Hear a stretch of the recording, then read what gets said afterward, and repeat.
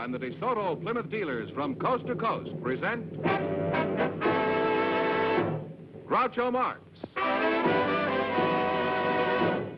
in You Bet Your Life.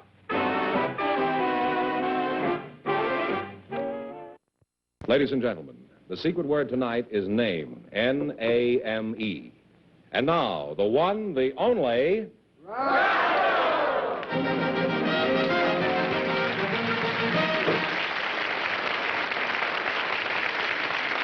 Well, here I am again with a chance for each of our couples to win $2,000, and tonight maybe somebody will win $10,000. George? Well, Groucho, Mrs. May Bazell is all set to play You Bet Your Life, and her partner is one of the world's best-known authors, Mr. C.S. Forrester. So, folks, you go in, please, and meet Groucho Marx. Say the secret word, and you each get an extra $50. It's a common word, something you always have with you. Mr. Forrester, it's nice to know you. Nice to know you. I've read every one of your books, and I want to know, I think Horatio Alger is an inspiration to every red-blooded boy in America. Yes, it's Horatio Hornblower, not Horatio Alger, you know. Well, on this show, the only hornblower is me.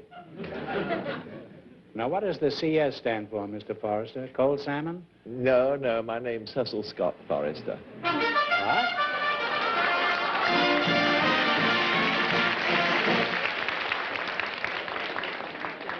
Well, you just said the secret word, cold salmon. So you win $50, and your partner here wins $50. The word tonight is name.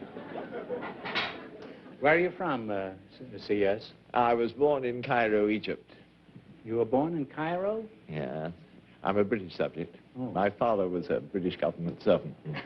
Well, where did you go after you left Egypt? I lived in England then. Oh.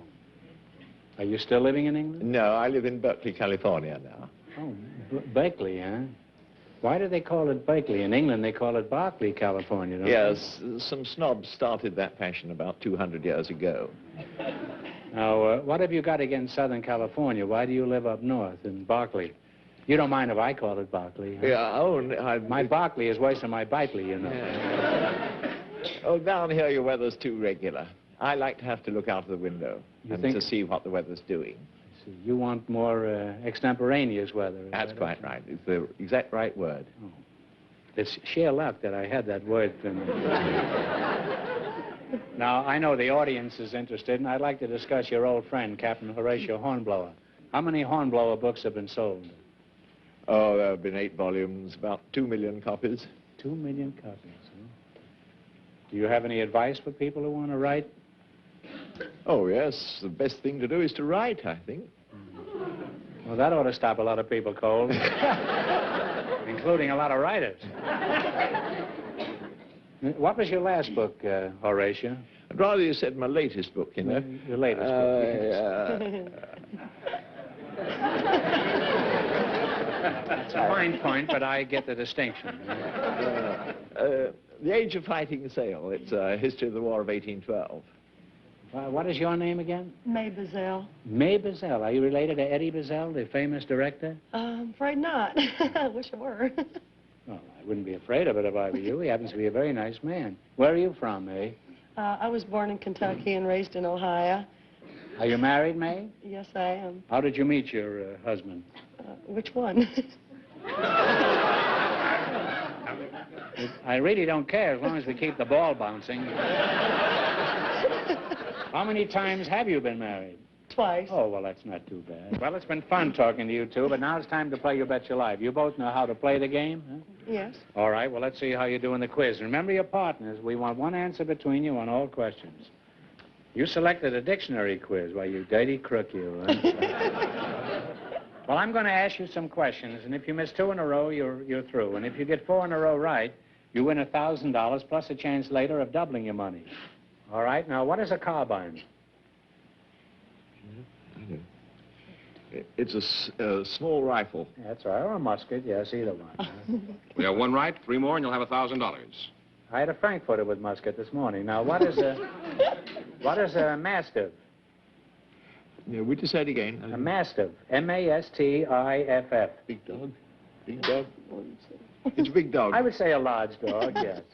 2 right, you're on your way to your 1,000. All right, now what is a javelin? that? A spear that you throw. A spear that you throw. Well, you don't necessarily have to throw it. It's a spear, huh? You can retain it if you want to. Huh? You have 3 right, 1 more, and you'll have your $1,000. I thought javelin was a cup of coffee. Now, what is a spigot? It's a tap in a barrel. You're too smart for us, Mr. Hornblower, and you've won $1,000. Warner wrote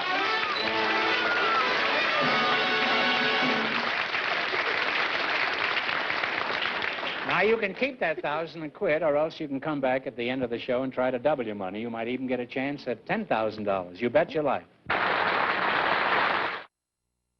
Groucho, here are Eileen Thomas and Elmer von Scheibel, who'd like to play You Bet Your Life. Say the secret word, and you win an extra $100. It's a common word, something you find around the house.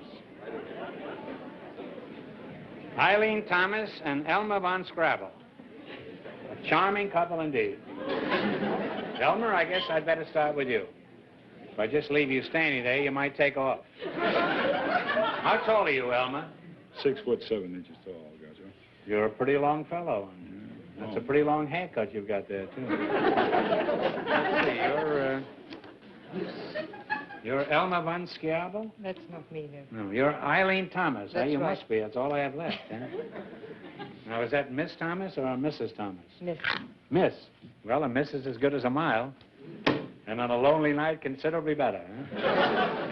Where are you from, Eileen? I was born 6 miles from London in a place called Highgate. Highgate, huh? Is that anywhere near Lowbridge? No. Well, just where is Highgate? It's about 6 miles from London, from the heart of London. I lived there for 17 years until I was bombed during the war. Then I moved to a You were place... on the bum for 16 years? Well, Eileen, you have a very unusual accent. Do people in England ever comment about it? Well, no, they all speak the same way there. Really? Really. I'm surprised you can understand each other. No wonder you all drive on the wrong side of the road. You know, I've done that too since I've been here. What do you do in London? Did you have a job there? Yes, I first worked for Lloyd's of London. Oh, Lloyd's of London. I know them very well. As a matter of fact, I have a policy with them right now. If I'm torpedoed by a submarine at Hollywood and Vine, I get $8 a week for the rest of my life.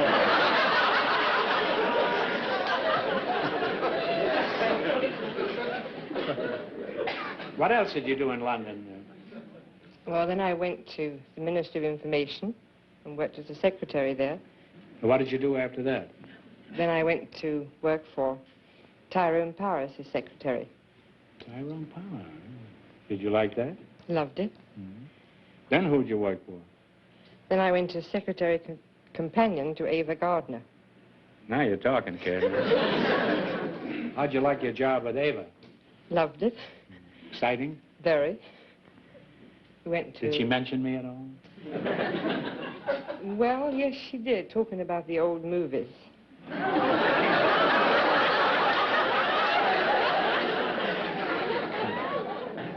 Are you in California on a visit, or are you working here? No, I'm not. I'm here. I'm working as a secretary to Eddie Fisher. Who? Eddie Fisher. What does he do? Well, he sings. Is he very popular? Well, I would think he was probably the America's greatest singer. You happen to be speaking to...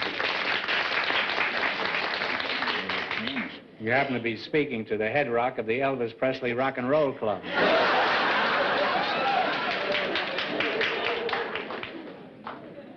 Wouldn't you find it more exciting working with Elvis Presley? No, I don't think so.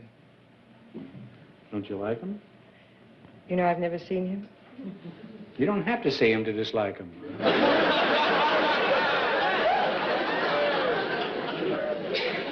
So you work with Eddie Fisher, eh? You know, every teenager in America would give her left arm and her white saddle shoes for your job. When he gives you dictation, do you squeal and squirm? Well, hardly, Groucho, because you see, I'm not really a teenager. How old are you? 33. You can squeal when you're 33. But not taking I've heard him dictation. squeal at 50. Well, what are your duties as Eddie Fisher's secretary? Answer the telephones, make his appointment, help Is he out. very busy? Yes, he's very busy. And I help send out about 2,000 fan letters a week. He gets 2,000 fan letters a week? Sometimes more. Certainly doing better than me. Well, I've had one fan letter in the last 3 months. A fellow wrote me and asked me where he could buy an Essex.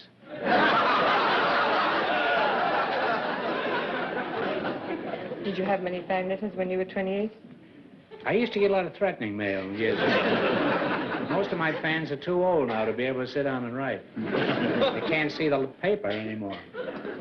How old is Eddie? 28. 28. Well, he can't last forever. I've seen him come and go, you know. I've sat on this stool all the way from Sarah Bernhardt to Wyatt Earp.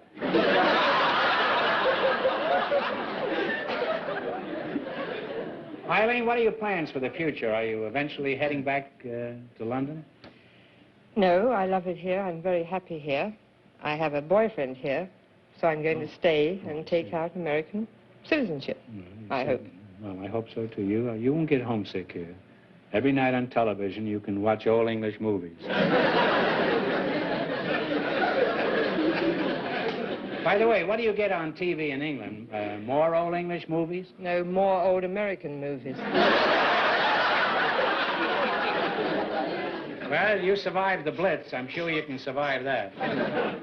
Elmer, let's get back to you. Do you have a nickname, or should I keep calling you Elmer? No, Groucho, they call me Slim or Snowdrift. They call you Slim? How old are you, Slim? I'm 44. 44. Are you married? Yes, Groucho, I'm married. How long? Well, sort of new at it since May the 10th of this year. What do you think of it? It's all right. Newlywed, eh? Yes, sir. Your head is really in the clouds. You're 44 and you just got married last May? Yes, sir. Are you sorry that you marked time for such a long period?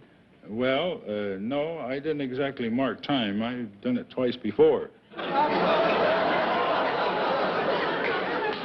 You weren't marking time, you were doing time.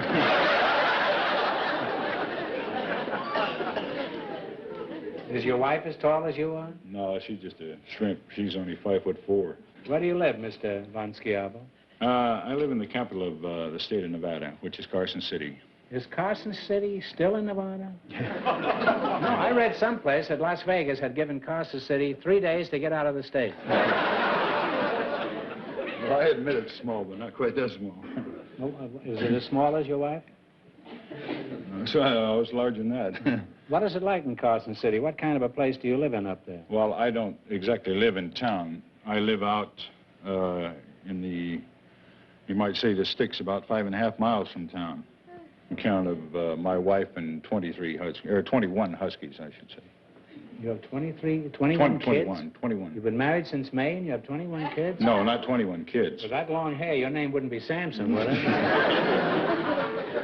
Well, Slim, you better explain these 21 kids. Well, they're not 21 kids, Groucho. Would you like to have a secretary like Eileen? That'd be nice. They're Would you give up a couple of the, whatever you got there for Eileen? Well.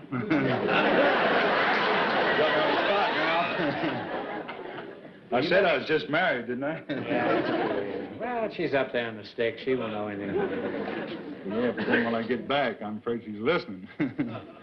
Schlemiel, don't go back.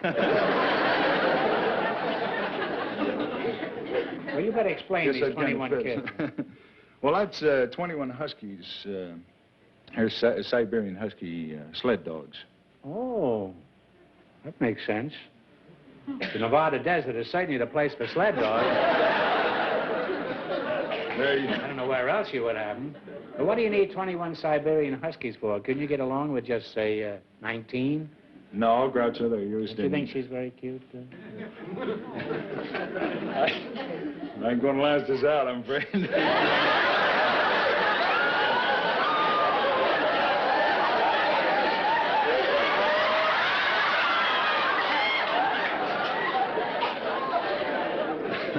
I know what it is to be on the spot now. Elmer, Slim, I want to ask you a question. What's up? Suppose you went back to the Sticks with Eileen and introduced her to your wife as your secretary. What would her reaction be? You mean whose reaction? Eileen's or my wife's? No. Your wife's reaction.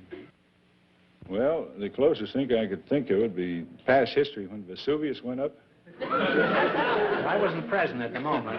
Well, I mean, the explosion that occurred then would be second rate, I believe, to the missus. I mean, with 21 huskies jumping at your throat besides.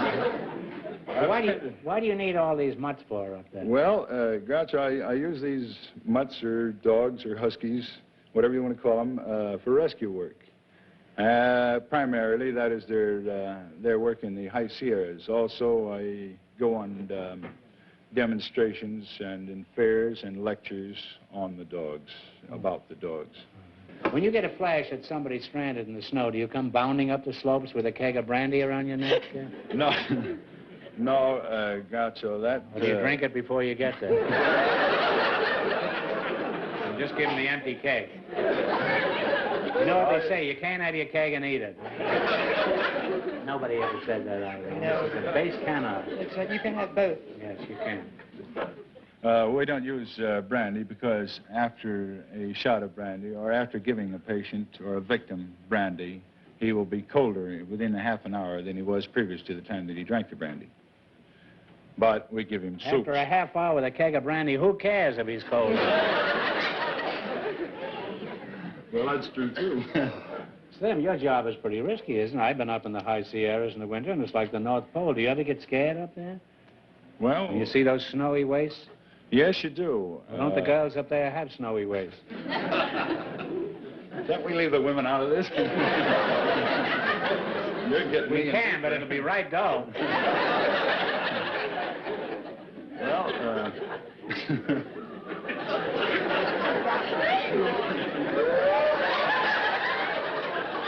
He's doing a lot of fanning tonight. Now, when I start say that it might be cold, and I am scared, this times I am scared, but of all the deaths, that would be the most pleasant death, the way to die. What, by the freezing keg of to brandy? death. No, by freezing to death. Freezing to death is Freezing a to pleasant death. way to die? Yes. Yes, on any person that I've ever seen that has frozen to death. Well, what makes you such an authority? Have you ever done it? Not myself, no, but I have worked with them that have been dead. And that was... Well, that's good.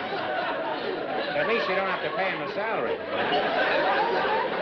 I mean, I have worked with those who are already dead. Or does that sound worse? Pretty fast crowd you go around with.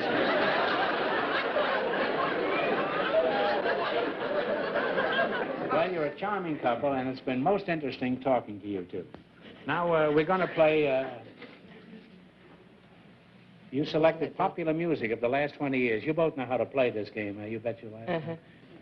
Jack Meakin will play some tunes, and you name them. If you miss 2 in a row, you're out. If you get 4 in a row right, you win $1,000 plus a chance later of doubling your money. Remember, just one answer between you. Good luck, and here we go. What is this tune? Play, Jack.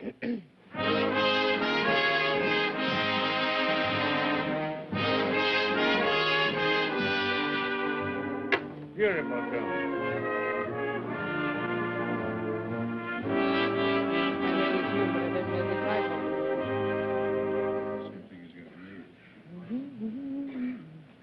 Don't know the title. No other love have I.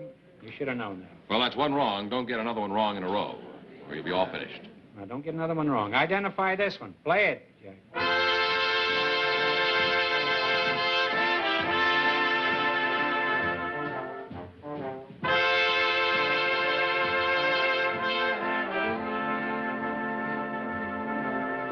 You came out of nowhere. Oh, I can't think of the tune. Very popular song. You came out of nowhere. What is it, audience? Canadian Sunset. That's Oh, right. Hugo. Canadian Sunset. She killed. I'm sorry you missed 2 in a row, so you're all sorry. through. We don't want you to go away empty-handed. I'm going to ask you one more question for $100. I got it right here. You have? Yeah. Of what country is Mexico City the capital? Mexico, Mexico. Got me confused. Mexico. I'm sorry you didn't win more, but thanks anyway. You're very pretty, and you were a charming couple, and we enjoyed having you here. Now, Groucho, here's how we stand in the race for the big money.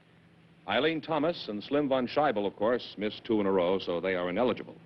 However, our first couple, C.S. Forrester and May Bazell, won their $1,000, and they have decided to try for $10,000. So, would you come out, please? Why, Horace, I didn't know you were a gambler, huh? Yeah. All right, you've decided to go for the big question. Remember, if you miss it, you wind up with $500 for the night. Now, are you still going to go for the big money? Yes. Now, here's the way it works. We have this big wheel here. There are 10 numbers on it. I want you to get together and pick a number. Any number you want from 1 to 10. Take a number. Now, you turn the wheel. We have nothing Number to do. 2. Now, one of you is going to spin the wheel. If any number besides the one you pick comes up, the question is worth $2,000. However, if your number comes up, the question is worth $10,000. Okay? One of you spin the wheel. Number 2. Yes. Number 2. All right.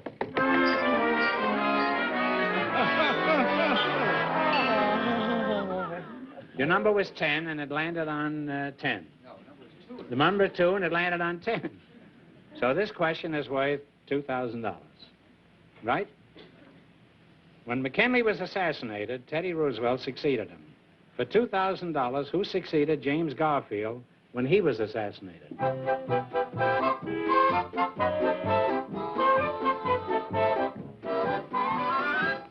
Chester Arthur. I thought you were an Englishman.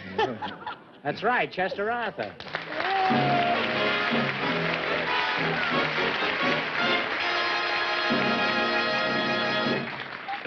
I thought you were an Englishman. Yeah, I'm an Anglo. You're a big phony. You've probably been living in Berkeley since you were born. What are you going to do with all that money?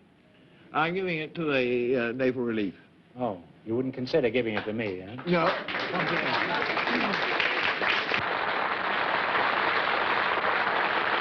Remember, your DeSoto dealer sells 2 great cars. The outstanding 170-horsepower DeSoto Fire Dome V8 and the beautiful 54 Plymouth, America's best buy low-price car.